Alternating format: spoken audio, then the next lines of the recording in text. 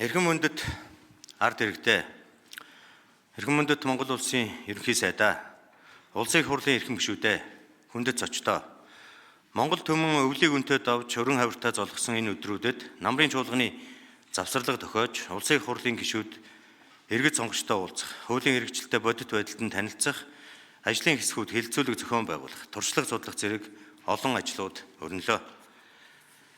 Төлөөлөл өргөжж 126 гишүүнтэй болсон парламентын танхимд гишүүд та бүхнээр дамжин иргэдийн дуу хоолой илүү өргөн хүрээнд тогтмол сонсогдож байгаасаа гэж хүсэж байна.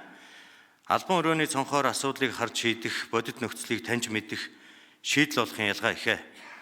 Мөн олон түмний нэрийг баривч цөөн хэдэн хүний хүсэл далд чургалсан захим сүлжээгээр өнөөдрийн Монголын амьдрал хөгжил хэмжигдэх учиргүй. Улсын их хурлын гишүүд завсарлагын хугацаанд иргэд байгууллагуудтай нүүр тулан уулзаж, нөхцөл байдалтай газар дээр нь танилцаж, асуудлын гүнлөө орж, санаа оноогоо хуваалцаад ирсэн нь энэ хаврын чуулганы хууль тогтоомжийн төслүүдэд хэлэлцүүлэг, ажил хэрэгж, бүтээлж өрнөхөд нөлөөлөх нь гарцаагүй.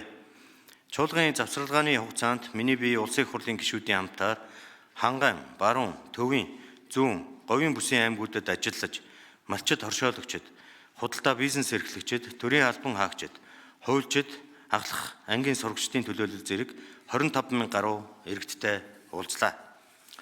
Иргэд биднээс бүрэн эрхийн хүрээ хязгаар боломжоос хальж давсан зүйлийг хүсэхээс илүүтэй парламент шиг ажиллахыг хэлж сануулж байна.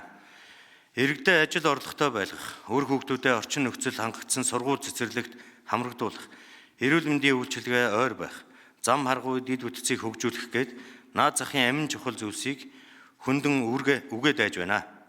Энэ бол та бидний баталжгүй хуулиуд, иргэдийн амьдралын чанарыг ахиулахад чиглэх ёстой гэсэн үг юм а. Хот хөдөөгийн амьдралын чанарын ялгаа оршихсгүй. Хот хөдөө хамтдаа хөгжих нь нийгмийн эрхтгш, аюулгүй доктортой байдлын суурь мөн. Гэвч эрүүл мэнд боловсролын хүртээмж, худалдаа, дид бүтэц, бизнес эрхлэх боломж, нөхцөл ялгаатай хэвээр байна. Тиймээс энэ асуудал хууль, төсвийн бодлогын ирэмбийн эхэнд байвал зохино. Малчид орон нутгийн бизнес эрхлэгчид хөдөлмөрийн үр шимээрээ чинээлэг амьдрах бололцоо байна. Гагцхүү хөрөнгө оруулалт, өртөг багтаа санхүүгийн их усүр хязгаарлагдмал байна. Ийм нөхцөлд хөдөөгийн бизнес эрхлэгчийг бүх шатанд эрвэхээр дэмжих ёстойг энд онцлон тэмдэглэе. Иргэд малчдын санаачлахаар эхэлж байгаа өрхийн хоршооны үйлдвэрлэл, бүс нутаг, цаашлаад улс даяар төдийгүй гадаад зах зээлд нэвтрэхэд хөнгөн үйлдвэр, технологийн паркууд ихээхэн үүрэг гүйцэтгэхээр байна. Улсын их хурл одоогоос 23 жилийн өмнө үйлдвэр технологийн парк байгуулж, хөгжүүлэх үндсэн чиглэл баталж, арбан парк байгуулахаар шийдвэрлэж байсан боловч харамсалтай нь өнөөдөр ажил хэрэг болоогүй. Тиймээс Монгол улсын бүсчилсэн хөгжлийн үзэл баримтлалын хүрээнд байгуулагдах хөнгөн болон хүнд үйлдвэрийн паркууд бодитоор бий болоход аж үйлдвэрчлэлтийн байнгаараа анхаарч, улсын их хурлын холбогдох тогтоолын хэрэгжилтэд тогтмол хяналт тавьж ажиллах хэрэгтэй. Үйлдвэрлэл бизнестэй зэрэгцэн анхаарлын төвд байх асуудлын нэг бол тэгш хүртээмжтэй боловсрол. Боловсролын хууль тогтоомжийн хэрэгжилтэд танилцаж, аймаг сумын ахлах ангийн сурагчтай уулзахад хүүхдүүдийн үг, нүүр төлөм халуун бас үнэн байсныг хэлэх нь хэрэгтэй. Олон мянган сурагчтай уулзахад бидний ирээдүй болсон хүүхдүүд сурах мэдэх хэрмэлзлэл дүүрэн байгаа нь бахархалтай. Гэвч тэдний төлөө бидний хийх ажил их байна. Мэргэжлийн багш хүрэлцээгүй, захим хичээлийн зохион байгуулалт дүлмэг, интернетийн хурд муу, номын сангийн багтаамж бага, хүйтэн сургуулийн орчин зэрэг та бидний шийдэх асуудал мөн. Нийслэл суурин газарт иргэдийн эрүүл аюулгүй орчинд амьдрах эрх, тэр дундаа стандартын асуудлууд хурцтмал болсон. Хотын дид бүтцийн төлөөлөлт, иргэдийн таатай амьдрах орчинг бий болгоход чиглэсэн оновчтой зөв байх учиртай. Гэр орооллыг барилгажуулахад эрүүл мэнд боловсролын үйлчилгээний хүртээмжийг оновчтой төлөвлөж, шинийг нэвтрүүлэхтэй зэрэгцэн хоримтлагдсан олон асуудлыг шийдвэрлэхэд нийслэлийн төлөвлөлт чиглэх ёстой. Хотын тулгымцсан асуудлыг захиргааны аргаар шийдэхдээ үндсэн хууль заасан хүний эрх чөлөөг хамгийн бага хөндөх тэрхүү үйлдвэрийг сонгохыг орон нутгийн иргэд сануулж байсныг анхааралд авахыг хүсье. Ер нь альва хурсан асуудлыг цаашид захиргааны бус, харин оролцоо зөвшөлтслийн аргаар шийдвэрлэх эрх зүйн орчин бүрдүүлэхийг нэн тэргүүнд дэмжин ажиллана. Монгол улсын засгийн газар, аймаг нийслэлийн удирдлагууд хамтран бүсчилсэн хөгжлийн бодлого, үзэл баримтлалын хэрэгжилтийг эрчимжүүлэх, төрийн албаны хүний нөөцийн бодлогыг тодорхойлж бэлтгэхэд нэн тэргүүнд засаг захиргаа, төрийн байгууллагын оновчтой бүтэц зохион байгуулалтыг хийж, тулгымцсан асуудлаа ярилцаж шийдвэрлэх, хөдөөгөөс хот руу чиглэх урсгалыг хотоос хөдөө орон руу чиглүүлэх, хөдөөгийн сэргэлтийг идэвхжүүлэх шаардлагатай хуулийн төсөл, арга хэмжээнүүдийг энэ хаврын чуулганаараа боловсруулан хэлэлцүүлж, бүсийн тогтвортой хөгжлийг бий болгоход анхаарч ажиллах хэрэгтэй байна. Улсын хурлын даргын 77 дугаар захирамжаар байгуулагдсан хот тосгоны эрх зүйн байдлын тухай хуулийг хэрэгжүүлэх, бэлтгэл ажлыг хангах, шаардлагатай үйл тогтоомжийн төсөл боловсруулах ажлын хэсэг үйл ажиллагаагаа эрчимжүүлж, энэ хаврын чуулганаар хилцүүлэх шаардлагатай байгааг анхааруулan хэлье. Эрхэм гишүүдээ, бидэнд хэлцэж хийх ажил их байна. Хаврын ээлжид чуулганы хугацаанд нийгмийн өмнө тулгамдсан асуудлын нөхцөл шалтгааныг наривчлан авч үзэж, уул үндэстэй шийдвэрлэх асуудлыг шилээ даран хүлээж байна. Нэгдүгээр, улсын хурал мега төслүүдийг хэрэгжих эрх зүйн үндсийг бүрдүүлэхэд онцгой анхаарч, улс орныхоо хөгжил дэвшлийн төлөө хамтарсан засгийн газраа бүрэн дэмжиж ажиллах нь зүйтэй. Геополитик эдийн засгийн харилцааныэгзэгтэй энэ цаг үед улсын хурал төрийн эрх барих дэд байгууллагын хувьд төрийн бодлогын доктортой байдал, тууштай хэрэгжилтийн зарчмыг баримталж, үндэсний эв нэгдэл, гадаад бодлогын доктортой байдал, институт хоорондын үйл ажиллагаа, уялдаа холбоог дэмжиж, төрийн үйл ажиллагааны салаа мөчир бүрт зөв хандлагыг харуулах шаардлагатай байна. Улсын хурлын энэ бүрэлдэхүүн баталсан анхны чухал шийдвэрүүдийн нэг бол засгийн газрын үйл ажиллагааны 2024-с 28 оны хөтөлбөр. Засгийн газар юунд төвлөрч, ямар үр дүнд зорж, яаж ажиллахыг бид батлаад ердөө 6 сарын нүур үзэж байна.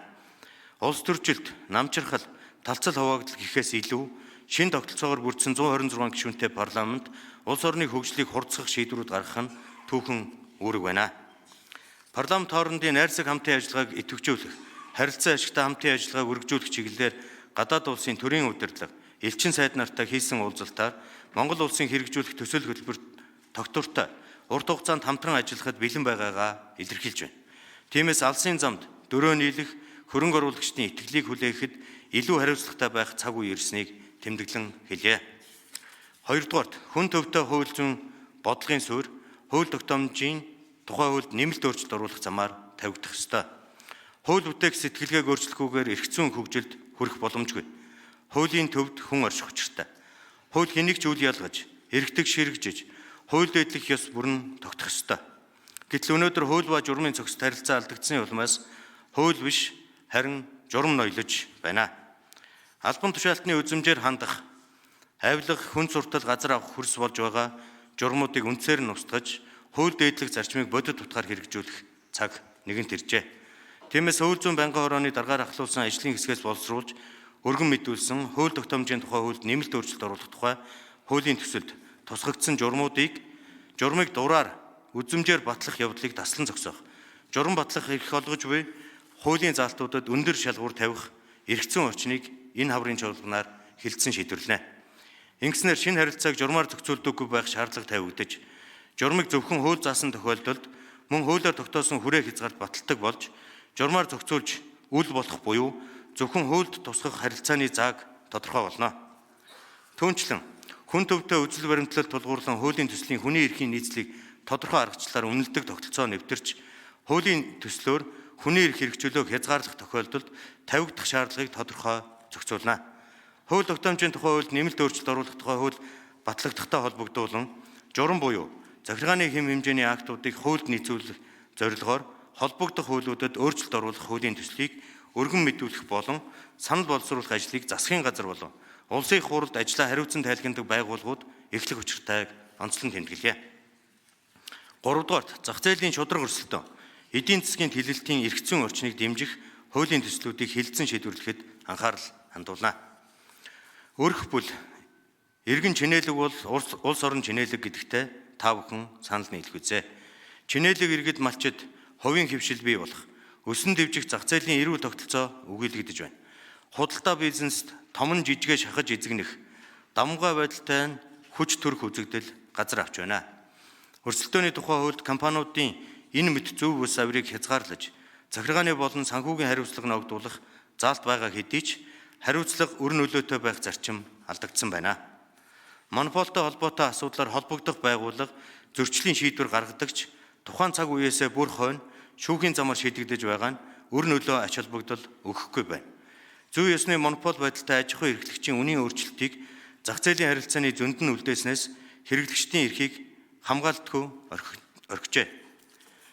Монополийн хяналтыг хязгаарласны улмаас өнөөдөр 133 зүй ёсны монопол байгууллага байгаагаас зөвхөн 13 нь монополийн эсрэг газрын эрхлэх асуудалд хамаарч үлдсэн монополуудын хувьд хяналт алга байна. Үүнээс шалтгаалж суур бараа бүтээгдэхүүний бүрдүүлэгч монопол салбаруудад монополийн хяналт шүдгүй арслан мэт болсон. Монопол өрсөлдөөний ухаалаг бус зохицуулалт эцсийн дүндээ үн өсөх, хөөрөгдөх бас нэг хүчин зүйл болж байгаа тул энэ салбарын эргэцэн орчны шинжилгээг хийнэ. Эдгээр нөхцөл байдал нь 2003 онд батлагдсан хэрэглэгчийн эрхийг хамгаалах тухай хуулийн хэрэгжилтийг үнэлж, орчин цагийн хэрэгцээнд нийцэж байгаа эсхийг хойшлуулалгүй эргэн харах шаардлагыг зүй ёсоор бий болгож байна. Хэрэглэгчийн гар дээр очих бараа бүтээгдэхүүн үн тодорхойлоход цахилгаан дулааны тариф чухал нөлөөт.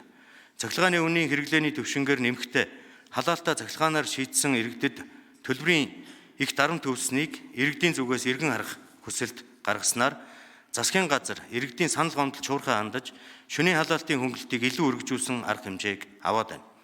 Цаашид эрчим хүчний салбарын эрх зүйн шинжилгээний ажил хаврын чуулганы чухал хэсэг байх болно. Өнөөдөр дулаан цахилгаан гэсэн хоёр том салбарын харилцааг эрчим хүчний тухай нэг хуулиар зохицуулсны зэрэгцээ тухайн хууль нь хэд товч ерөнхий учраас энэ салбар хуулиар биш харин 800 гаруй дүрм журмаар зохицуулагдаж байгаа нь жинхэнэ гажуудлан юм а. Иймд хууль иж бүрэн зохицуулалттай ойлгомжтой байх бодлогын хүрээнд цахилгаан дулааны иж бүрэн бие даасан зохицуулалттай хуультай болох шаардлагатай. Ингэхдээ цахилгааны салбарт өрсөлдөөнд зах зээлийн загварыг нэвтрүүлж салбар дахь төрийн оролцоог зохис төвшөнд барих, өрсөлдөөн нь цахилгааны үн тариф, өртөг зардал бууруулах болон инновац шин технологи нэвтрүүлэхэд чиглэдэг байх нь чухал юм а. Эрчим хүчний салбарын өрсөлдөөн тогтолцоо нэвтрүүлэх нь дотоодын аж ахуйн эрхлэгчид цаашид цахилгаан экспортлох боломж бүрдүүлэх эрг суурь болох ёстой. Чуулганы завсарлагын хугацаанд татврын багцуудын хэрэгжилтэд танилцах санал дүгнэлт гаргах, шаардлагатай бол хуулийн төсөл боловсруулах ажлын хэсэг холбогдох яам байгууллагуудтай хамтран оролцогч талуудыг хамруулан олон хилцүүлгийг зохион байгуулж ажилласан. Хөрөнгө оруулагчдын зүгээс улс төрийн докторгүй байдал, таамаглах боломжгүй татврын орчин, өндөр татвар нь хөрөнгө оруулалт хийх сонирхол төрүүлэхгүй байгааг шүүмжилдэг. Татврын доктортой орчин зохицуулсан хуулиуд хэрэгжихгүйгээс тодорхойгүй байдал үүсдэг. Жижиг үнэлгээнд суурилсан давхар ногдуулдаг ашигт төлөвлөлийн нөөц ашигласны төлбөр, уул уурхайн ашиглалтын өмнөх үйл ажиллагаанд гарсан худалдан авалтын нэмэгдсэн өртгийн албан татврын буцаан олгодоггүй. Татвар хураах, маргаан шийдвэрлэх явцад гардаг үйл ойлголцол зэрэг зохион байгуулалтын шинжтэй асуудлаас болж хөрөнгө оруулагчид өргөх учиргүй. Одоо үйлчилж байгаа татврын шатлалыг өнөөгийн эдийн засаг, бизнесийн харилцааны онцлог, нөхцөл байдалд уялдуулах, жижиг дунд том бизнес хамтдаа зэрэгцэн өргөжинд хэлэх таатай нөхцөл бүрдүүлэхэд анхаарч татврын эрх зүйн шинжилэл хийх нь чухал юм а. Мөн хэд өндөр байгаа зарим төрлийн татврын хөв хэмжээг олон улсын түвшинд хүртэл бууруулах хэрэгтэй. Үндэсний аж ахуйн нэгжүүдэд татврын дарамт өсөж хөгжөхөд цаад болж буй хуулийн хийдлийг нэн даруй судалж, иргэд аж ахуйн нэгжид ээлтэй шийдвэрүүдийг гаргах нь та бидний үүрэг юм а. Ер нь салбарын хууль тогтоомжийн хүрээнд улсын их хурл нэгэн шийдвэрлсэн хөрөнгө оруулалтын асуудлыг эргэн харах шаардлага үүсэх тохиолдолд салбарын хууль тогтоомжийн суурь нийтлэг тулгымдсан асуудлыг зохицоор нь харж боловсронгуй болгосны үндсэн дээр хилцэх нь ирээдүйд доктортой хэрэгжих үндэс нь болно. Ойрын ирээдүйд их бүтээн байгуулалт, мега төслүүдийг эрчимтэй эхлүүлж, хувийн хэвшлийг тэлэх бодлого барьж буй энэ цаг үед нэн тэргуунд стандартын орчныг ойлгомжтой, тодорхой болгож, цаашид стандартыг хэлбэрлэлтгүй дагаж мөрдөх зайлшгүй шаардлагатай. Одоо хүчин төвлөрдөр үйлчилж буй хууль тогтоомжид стандартыг боловсруулах, хэрэгжүүлэх, мөрдүүлэх, хяналт тавих талуудын харилцаа, хариуцлагын механизм дутмаг, тодорхойгүй байдал, ойлголтын зөрүү их байна. Монгол улсын хэмжээнд 6689 стандартын хэрэгжилт, сансан төвшин, хүлээлтэнд нийцэхгүй байна. Иймд стандартчил техникийн зохицуулалт, тохирлын үнэлгээний итгэмжлийн тухай хуулийн шинжилсэн найруулгын төслийг хаврын чуулганаар хэлцэх зүйтэй. Энэ хаврын ээлжид чуулганаар Монгол улсын нэгдсэн төсвийн 2024 оны гүйцэтгэл, 2026 оны төсвийн хүрээний мэдэгдэл, хөгжлийн төлөвлөгөө, 2027-оос 28 оны төсвийн төсөөлөл, засгийн газрын өрийн удирдлагын 2026-оос 28 оны стратегийн баримт төчиг зэрэг улс орны төсөв, санхүүгийн чухал хууль тогтоомжийг хэлэлцэн батална. Уг хууль тогтоомжийг тогтоосон хугацаанд хэлэлцүүлэх бэлтгэлийг хангах талаар байнгын хороод холбогдох байгууллага анхаарч ажиллах ёстой.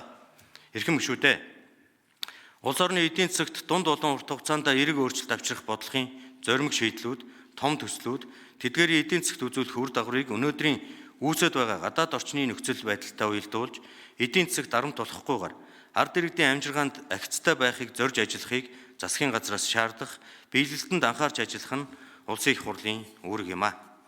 2024 оны жилийн эцсийн эдийн засгийн өсөлт нь 4.9%-тай, инфляц 9.2%-тай, төсвийн тэмцэл хасах 1%-тай, төлбөрийн тэмцэл 622 сая ам.долларын ашигтай, гадаад валютын нөөц 5.5 тэрбум доллартай гарсан. Харин энэ 2 дугаар сарын эцсээр инфляц 9.6%-тай, гадаад худалдааны тэмцэл 294 сая ам.долларын ашигтай, гадаад валютын нөөц 4.4 тэрбум ам.доллар буюу валютын төлбөртэй барааны 4.5 орчим сарын импортыг хангах түвшинд хүрсэн. Экспортын гол түүхийн эд болох нүүрсний үн бидний төсөөлж байснаас өндөр хувиар буурч 1-р сарын урьдчилсан гүйцэтгэлээр төсвийн орлого өнгөрсөн оны мөн үетэй харьцуулахад 38.9%-аар бага төвлөрч төсвийн тэмцэл 493 тэрбум төгрөгийн алдагдaltaй гарсан байна. 2024 оны 1-р сард төсөвт 676 тэрбум төгрөгийн ашигтай гарч байсан. Иймд цаашид сэргэж эхэлж байсан эдийн засгийн идэвхжлтийг хадгалах нь үүсэт байгаа орчин нөхцөлд юу юунаас илүү чухал болоод байна. Гадаад орчны хүчин зүйлээс нөхцөлдсөн эмзэг байдлаас гарахын тулд дотоодын эдийн засгийн бүтцийг өөрчилж, дотоодын үйлдвэрлэлийг бодлогоор дэмжих хэрэгтэй. Иргэдээ ирээдүйд улс орны эдийн засгийг олон суурьт илүү төрөлдсөн бүтэц рүү шилжүүлэхэд хэрэгтэй арга хэмжээнүүдийг тэр дотроо бидний өрсөлдөх чадварыг нэмэгдүүлэх дэд бүтцийн хөрөнгө оруулалтуудыг хэрхэвч орхигдуулж болохгүй. Монгол Улсын их хурлын 2025 оны 14-р тогтоолоор хаврын ээлжид чуулганы хугацаанд хийх төлөвлөгөөт хяналт шалгалтын цаглбарыг баталсан. Энэ хүрээнд 10 гаруй хууль тогтоомжийн биелэлтийг хянан шалгах, хууль тогтоомжийн үр дагаварт үнэлгээ хийх, 16 тайлан илтгэл мэдээллийг сонсох, Монгол Улсын 2024 оны нэгдсэн төсвийн гүйцэтгэл, засгийн газрын 2024 оны санхүүгийн нэгдсэн тайлан зэрэг асуудлыг хэлцэхээр тогтсон. Үүний зэрэгцээ хууль заасны дагуу улсын их хурлын гишүүдээс асуулт асуух, асуулга тавих, тулгамдсан асуудлаар хяналтын сонцгол хийх, хянан шалгах төр ороо байгуулж, тусгай шалгалт явуулж, тэдгээрийг хэлэлцэж, үр дүнгийн тооцоож ажиллана. Нэг талаас улсын их хурлын гишүүдийн үр дүнтэй оролцоо, эрсцийг сайжруулах шаардлагатай байгааг иргэд сонгогчид хатуу шүүмжилж байна. Тиймээс иргэдийн төлөөлөл болж сонгогдсон гишүүд өргөсөн тангарагтаа үнэнч байж, хүлээсэн үүргээ нэр төртөө биелүүлэх ёстой. Улсын их хурлын даргын хувьд гишүүдийн эрсцийг тогтмол мэдээлж, иргэд сонгогчтой эргэх холбоог сайжруулах ажил арга хэмжээг дэмжиж ажиллах болно. Эрхэм гишүүдээ, энэ удаагийн улсын их хурл бүрэн эрхээ хэрэгжүүлээд 250 гаруй хонож байна. Улс орныхоо хөгжил дэвшлиг урагшлуулах, ард иргэдийн амьдралын чанарыг сайжруулах талаар парламентд судалтай нам эвслийн амлалт, мөрийн хөтөлбөр тодорхой зорилтууд байгаа. Бид бүхэн 4 жилийн хугацаанд хэрэгжүүлэх үйл ажиллагаагаа урьдчилан төлөвлөж, хөрх үр дүнгээ тодорхойлон стратеги төлөвлөгөөгөө баталсан.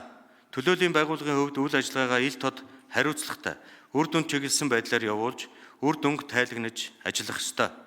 Хаврын чуулганаар хийх ажил, хэлцэх асуудлын дийлэнх хэсгийг хууль тогтоомжийг судалж, боловсронгуй болгох, хянан шалгах зэрэг тодорхой асуудлаар улсын их хурлаас байгуулагдсан ажиллаж байгаа ажлын хэсгүүдийн судалж боловсруулсан хууль тогтоомжийн төсөл бүрдүүлэх тул ажлаа эрчимжүүлж, тогтоосон хугацаанд холбогдох баримт бичиг, шийдвэрийн төслөд танилцуулж ажиллахыг тусгайлан анхааруулъя.